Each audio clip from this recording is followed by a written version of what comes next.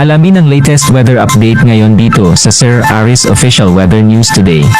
Ngayong araw magpapatuloy po ang maaliwalas na panahon sa buong bansa, especially dito sa may northern at sa may central Luzon. Patuloy po umiiral itong ridge ng high pressure area o yung extension itong high pressure area na magdadala na mas mababang tsansa ng mga pagulan. Samantala sa may southern Luzon, Visayas at Mindanao, possible pa rin naman yung mga isolated rain showers o yung mga thunderstorms.